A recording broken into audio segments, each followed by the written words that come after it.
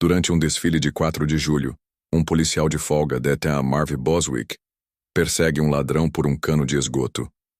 Atacado por trás por uma figura usando uma máscara de porco, Boswick acorda e se encontra suspenso por sua língua em um túnel ativo do metrô e recebe uma escolha por meio de uma mensagem gravada: arrancar sua língua e viver, ou permanecer até o próximo trem chegar, matando ele.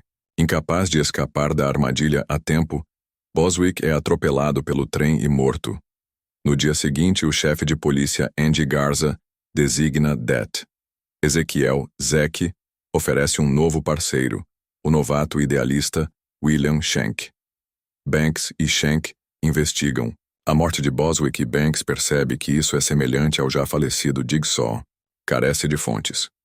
Enquanto isso, um detetive de homicídios chamado Fitch, que vários anos antes havia ignorado uma chamada de backup de Banks, resultando em quase ser morto, é sequestrado e colocado em uma armadilha onde deve arrancar seus dedos para evitar eletrocução em uma bacia de água de enchimento. Ele também não consegue escapar e morre. Alguns diretores começam a suspeitar que os bancos podem ser os responsáveis, devido ao seu histórico com a Fitch. Uma caixa então chega à estação, contendo um fantoche de porco e um pedaço da pele tatuada de Shank dentro. Um pequeno frasco dentro da caixa direciona a polícia para um açougue, que antes era um hobby que Banks e seu pai, o chefe aposentado Marcus Banks, iriam. Ao chegar, a equipe descobre um gravador e um cadáver esfolado, identificado como Shank. Decidindo rastrear o próprio assassino, Marcus viaja para um armazém, onde é sequestrado. Pouco depois, Garza é sequestrada e colocada em uma armadilha, no armazenamento refrigerado da delegacia, onde ela tem que cortar sua medula espinhal com uma lâmina para impedir que a cera quente escorra de um cachimbo para seu rosto. Ela consegue cortar com sucesso sua coluna, mas morre de seus ferimentos. Com seu corpo encontrado por Banks, carece de fontes. Enquanto perseguia uma pista, Banks é capturado e acorda no armazém, algemado a um cano com uma serra nas proximidades. Ele pensa em serrar o braço, mas consegue escapar usando um grampo solto. Ele então descobre Pete, seu ex-parceiro que foi demitido quando Banks expôs um assassinato que ele cometeu, acorrentado no lugar. À sua frente está uma grande máquina de esmagamento de vidro, que foi modificada para lançar estilhaços contra ele em alta velocidade. Um gravador explica que Banks pode escolher entre libertá-lo ou deixá-lo morrer. Embora Banks tente salvar Pete, ele morre devido à perda de sangue. Movendo-se para outra sala, Banks então encontra Shank, que revelou ter fingido sua morte usando o cadáver esfolado do ladrão que atraiu Boswick para os túneis, e sempre foi o imitador.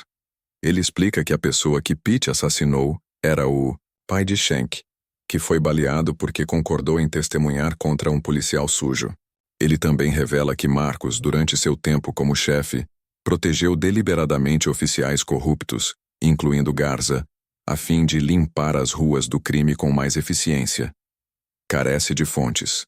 Acreditando que Banks pode ser um aliado, Shank o apresenta com um teste final, revelando Marcus contido no ar e lentamente drenado de sangue. Shank liga para o 911 e afirma que ele é um civil sendo perseguido por um atirador, resultando no despachante enviando uma equipe da SWAT para seu local.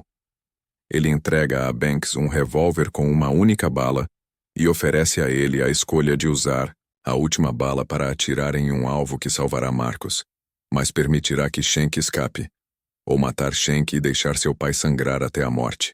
Banks decide atirar no alvo para salvar Marcus, fazendo com que suas restrições se afrouxem e o derrubando no chão, e então começa a lutar contra Shank.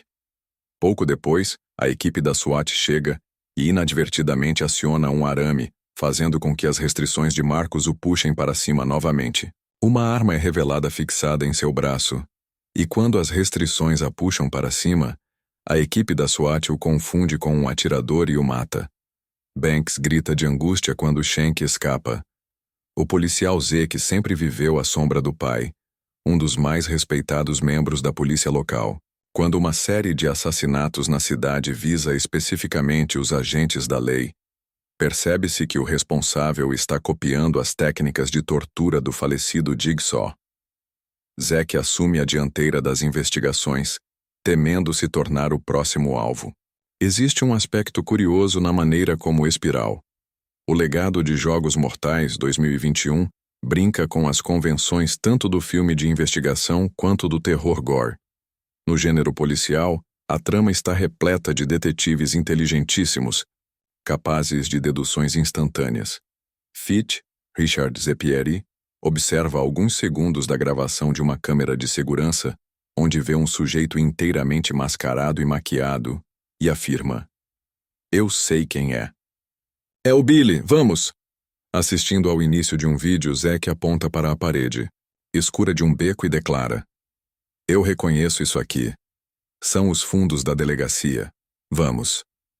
Mais tarde, o logotipo de uma loja remete a uma foto antiga, e depois aos fundos de um comércio, graças à perspicácia da equipe. Outro vídeo, curto, de menos de 1 minuto, é reproduzido para um grupo de policiais. Ao sinal da primeira pista, todos saem correndo desesperados porta afora. As imagens restantes continuam tocando sozinhas, para ninguém. Visto a astúcia destes investigadores, impressiona a ineficiência em resolver os crimes. A exemplo das produções anteriores da saga Jogos Mortais 2004-2017, a pessoa responsável pela matança simplesmente revela sua identidade no final, explicando por que cometeu cada uma das mortes. Talvez os policiais afobados devessem assistir aos vídeos até o final, pensando um pouco mais antes de agir. No entanto, o fracasso da investigação se deve ao confronto com as convenções do terror. Esta forma de morte por tortura exige uma facilidade sobre-humana das ações. O novo assassino, inspirado nos procedimentos do Jigsaw, desenvolve traquitanas elaboradas, de alta tecnologia e criatividade, para torturar cada uma de suas vítimas. Jamais se descobre de que forma esta pessoa conseguiu financiar, elaborar e instalar os dispositivos nos locais escolhidos. As presas humanas são capturadas sem esforço, tendo seus dedos, língua e outras partes do corpo cuidadosamente comprimidos entre prensas metálicas e outras ferramentas. O espectador chega ao espetáculo quando o palco está devidamente decorado, armado e pronto para funcionar. As máquinas jamais se quebram, nem são superadas pelas vítimas. Nota-se o fatalismo desta construção. Uma vez escolhida a vítima, ela morrerá em seguida, com rapidez.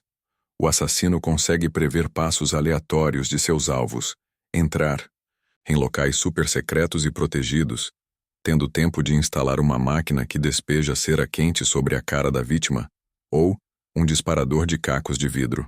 Esta figura sem rosto nem corpo, pelo menos até a sequência final, se assemelha a um deus vingativo, dotado de onipresença e onipotência. Ele se encontra em todos os lugares, sem deixar pistas.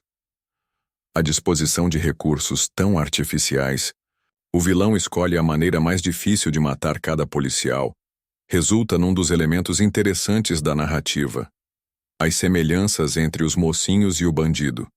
De certo modo, ambos se tornam diretores, elaborando uma mise-en-scène, escolhendo os personagens, a iluminação, o cenário e as ações.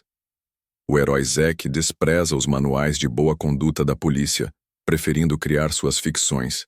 Ele se veste de bandido numa apreensão de drogas, e depois lança um dispositivo próprio que estoura na cara do traficante. Esta iniciativa não difere muito daquela adotada pelo serial killer, desenvolvendo maquinarias para o prazer sádico do espectador. Espiral. O legado de Jogos Mortais ressalta o aspecto cênico, seja ele circense ou teatral, das matanças estabelecidas previamente pela franquia. Preserva-se o falso dispositivo de escolha moral. Você pode abrir mão de sua língua e seus dedos para continuar vivo. Porém, o caráter reformador das punições permanece em segundo lugar. Agora, tanto os bonzinhos quanto os malvados se convertem em ilusionistas, seja pela capacidade de desparecer convenientemente, caso de Zack e do pai Marcos, interpretado por Samuel L. Jackson, ou pela habilidade em sugerir um modus operandi fictício para as mortes, vide um esfaqueamento aleatório na rua e uma tatuagem post-mortem. O filme carrega maiores semelhanças com a saga Truque de Mestre do que com os roteiros anteriores de Jogos Mortais. Esta receita poderia gerar uma experiência melhor, caso os produtores não tratassem a obra como um filme B realizado às pressas. A montagem sofre para criar tensão durante as sequências de morte. Jamais resta dúvida de que as pessoas sucumbirão aos aparelhos. O trabalho de iluminação provoca efeitos absurdos. Um galpão azulado demais, outro equipado com um show de lasers. E os diálogos cheios de frases de efeito se aproximam do humor autorreferente. Em especial, a temporalidade soa confusa. Samuel L. Jackson interpreta o pai de Chris Rock, apesar da pouca diferença de idade entre eles. Nas cenas de flashback, a tentativa de rejuvenescê-los pelo figurino resulta em algo próximo da paródia. Max Minghella, ator de 35 anos, encarna um garotão inexperiente, propenso a gostar da saga Crepúsculo. Já a detetive interpretada por Marisol Nichols retorna num flashback de décadas atrás, vestindo as mesmas roupas, sem trabalho de maquiagem, nem qualquer sinal de envelhecimento. Além disso, a narrativa depende de reviravoltas incompreensíveis para avançar. Caso de um celular pessoal emprestado, uma morte deixada sem investigação e as invasões recorrentes na delegacia. Talvez seja parte do princípio sádico de Jogos Mortais que os ataques sejam facilitados, ao limite da magia. Existe um caráter próximo do realismo fantástico na execução dos planos do vilão.